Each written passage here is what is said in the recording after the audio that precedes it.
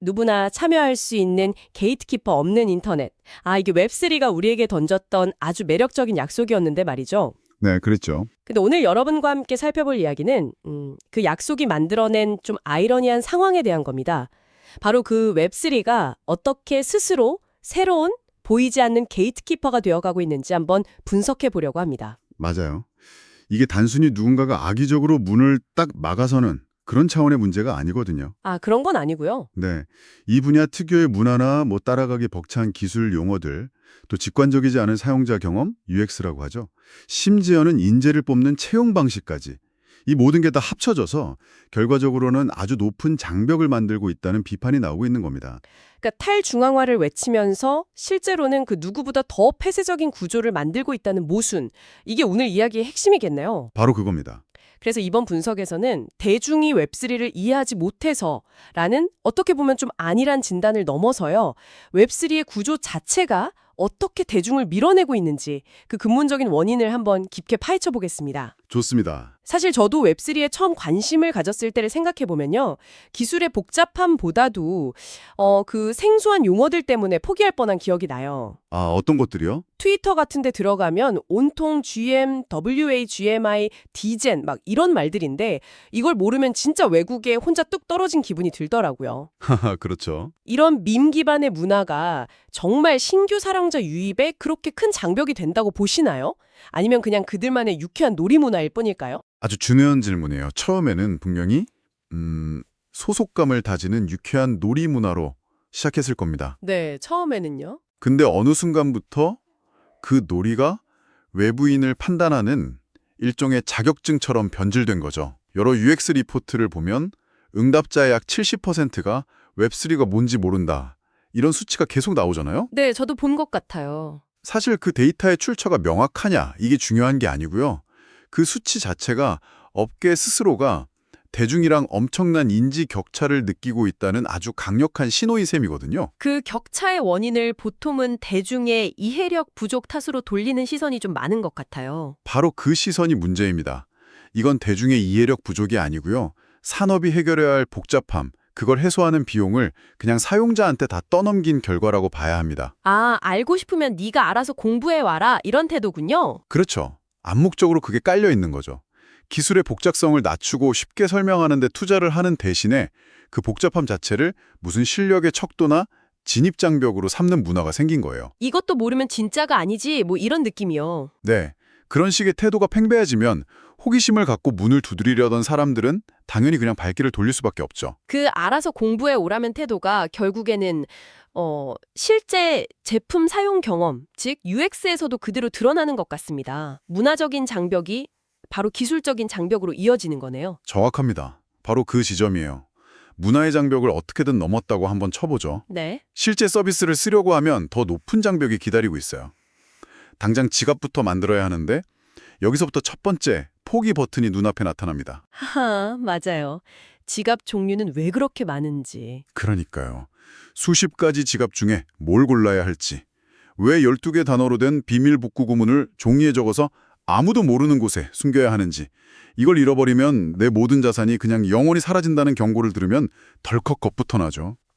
저도 처음 시드 문구 받았을 때 이거 어디다 보관해야 하나, 집에 불이라도 나면 어떡하지, 누가 훔쳐보면 어떡하지? 별의별 생각이 다 들더라고요. 그게 은행 앱 설치하는 거랑은 완전히 다른 차원의 심리적 압박이거든요. 그렇죠. 자, 그 다음 관문은 가스비입니다.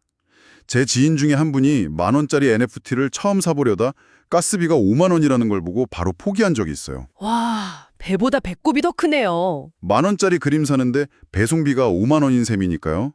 왜 거래할 때마다 가격이 실시간으로 변하는 수수료를 내야 하는지, 왜 특정 시간대에는 이 수수료가 터무니없이 비싸지는지 직관적으로 이해하기가 어렵습니다. 체인도 너무 많고요.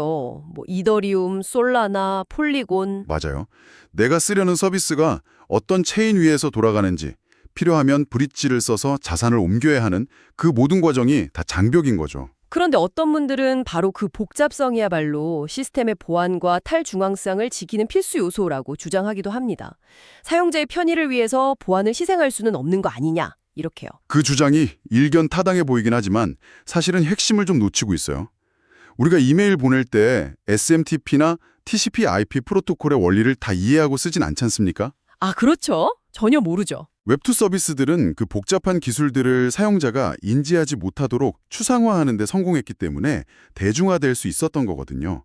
웹3의 과제는 보안을 희생하는 게 아니고요.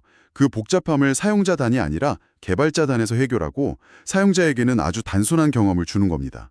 지금처럼 복잡한 과정을 그대로 보여주면서 공부가 부족하다고 말하는 건 그건 사실상 퇴장 안내나 다름없습니다. 웹2 서비스들이 클릭 한 번이라도 줄이려고 UX에 막대한 돈을 쏟아붓는 것과 완전히 반대의 길을 가고 있는 거죠. 결국 그 불친절한 UX가 사용자의 이탈뿐만 아니라 피싱이나 해킹 같은 보안 사고로까지 이어지는 것 같네요. 너무 복잡하니까 사용자가 어디서 실수를 하는지조차 파악하기 어려운 구조인 셈이죠. 네, 맞습니다. 시드 문구를 잘못 관리해서 자산을 잃거나 피싱 사이트에 속아서 지갑을 통째로 털리는 사고가 끊이지 않는 이유가 바로 여기에 있는 거예요. 사용자가 완벽하게 통제하기엔 너무 복잡하고 위험 부담이 크다. 그렇죠. 접근성이 부족하다는 건 단순히 불편하다는 뜻이 아니라 성장의 한계가 명확하다는 의미와 같습니다. 자, 그럼 정리를 한번 해보면 이렇네요. 외부인을 배척하는 문화가 생기고 그 문화는 불친절한 제품, 즉 UX를 만드는 걸 정당화하고요. 그렇다면 자연스럽게 그 다음 단계는 그 불친절한 제품을 쓸 수 있는 사람들만 진짜 내부자로 인정하고 채용하는 흐름으로 이어질 것 같네요. 바로 그 지점이 산업의 성장을 가로막는 세 번째 장벽, 채용 시장의 게이트키핑입니다. 데이터가 그걸 명확히 보여주죠. 그 드래곤플라이 캐피탈의 리포트를 인용한 기사들을 보면 암호화폐 관련 직군 중에 신입, 그러니까 엔트리 레벨 채용 비중이 10% 내외에 불과하다고 합니다. 10%요? 아니, 폭발적으로 성장하는 신생산업이라는 이미지와는 완전히 다른데요. 상반되는 모습이죠. 크립토 네이티브, 즉 처음부터 이 업계에 있던 사람만 뽑겠다는 집착이 팽배한 겁니다. 이게 구체적으로 어떤 문제를 낳게 되나요? 이건 외부의 뛰어난 인재들이 웹3 생태계로 들어오는 걸 구조적으로 막아버리는 효과를 냅니다. 예를 들어서 웹2 대기업에서 수천만 명을 상대로 제품을 만들어 본 최고의 프로덕트 매니저나 가장 직관적인 UX, UI를 설계해온 디자이너, 복잡한 금융 규제를 다뤄본 변호사 같은 사람들이요. 아, 웹3가 대중화되려면 꼭 필요한 역량들인데요. 반드시 필요하죠.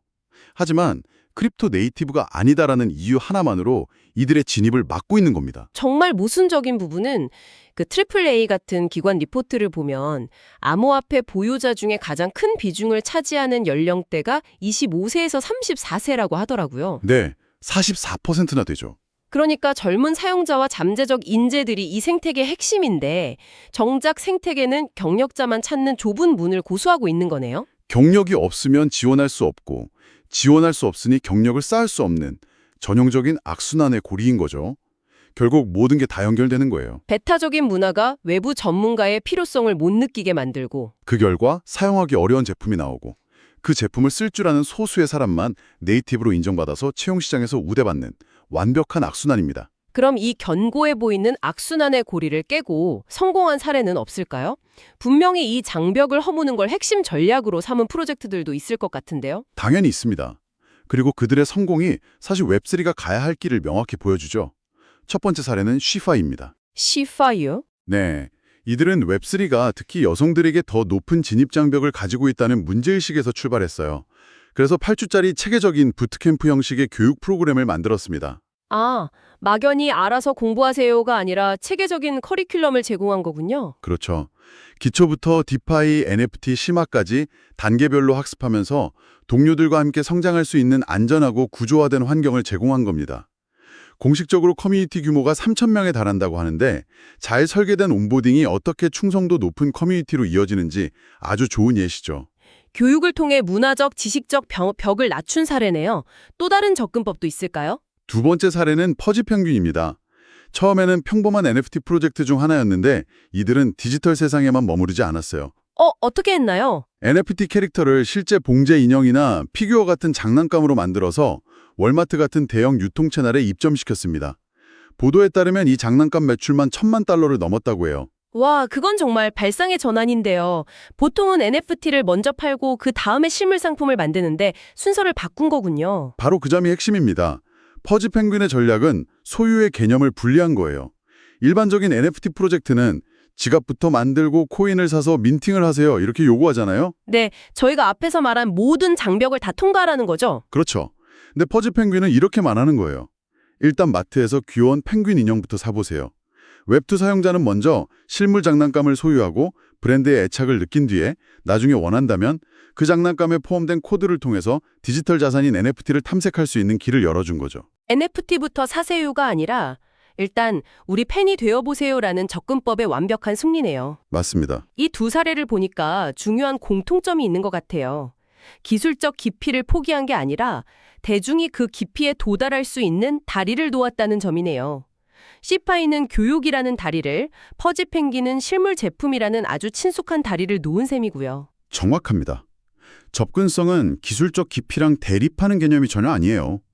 오히려 그 깊이를 더 많은 사람에게 전달하기 위한 필수적인 전략인 거죠. 그렇군요. 결국 웹3는 지금 아주 중요한 갈림길에 서 있는 겁니다. 지금까지 이야기한 이 게이트키핑의 문제를 해결하지 못하고 소수만을 위한 기술적 성취에 만족하는 엘리트 클럽으로 남을 것인가? 아니면 이 장벽들을 허물고 모두를 위한 대중적인 산업으로 성장할 것인가? 네. 그 선택에 따라 미래가 완전히 달라질 겁니다. 그 미래에 대한 전망도 분석기관마다 크게 엇갈리는 것 같더라고요. 네. 바로 그 점이 현재 웹3가 처한 상황을 상징적으로 보여줍니다. 예를 들어서 이머전 리서치 같은 곳에서는 2030년 웹3 시장 규모를 815억 달러까지 아주 긍정적으로 전망하거든요. 네. 반면에 그랜드뷰 리서치는 같은 시기 시장 규모를 335억 달러 수준으로 훨씬 보수적으로 예측하죠. 두 전망의 차이가 2배가 넘게 나요. 결국 800억 달러가 되느냐, 300억 달러가 되느냐, 그 숫자가 중요한 게 아니라는 뜻이군요. 그렇죠. 어떤 전망이 현실이 될지는 전적으로 지금 웹3가 누구를 위한 기술을 만드느냐에 달려있다. 뭐 이런 경고처럼 들리네요. 정확합니다. 그 전망치의 차액인 약 500억 달러가 바로 접근성의 가치라고 볼 수도 있습니다. 웹3가 살아남고 번성하는 길은요, 기술을 더 어렵고 복잡하게 만드는 게 아니에요. 더 많은 사람이 쉽게 이해하고 참여할 수 있는 시스템과 문화를 만드는 데 있습니다. 접근성은 타협해야 할 약점이 아니라 가장 강력한 경쟁력이다. 네, 이 시장에서 살아남기 위한 가장 강력하고 어쩌면 유일한 경쟁력이라고 생각합니다.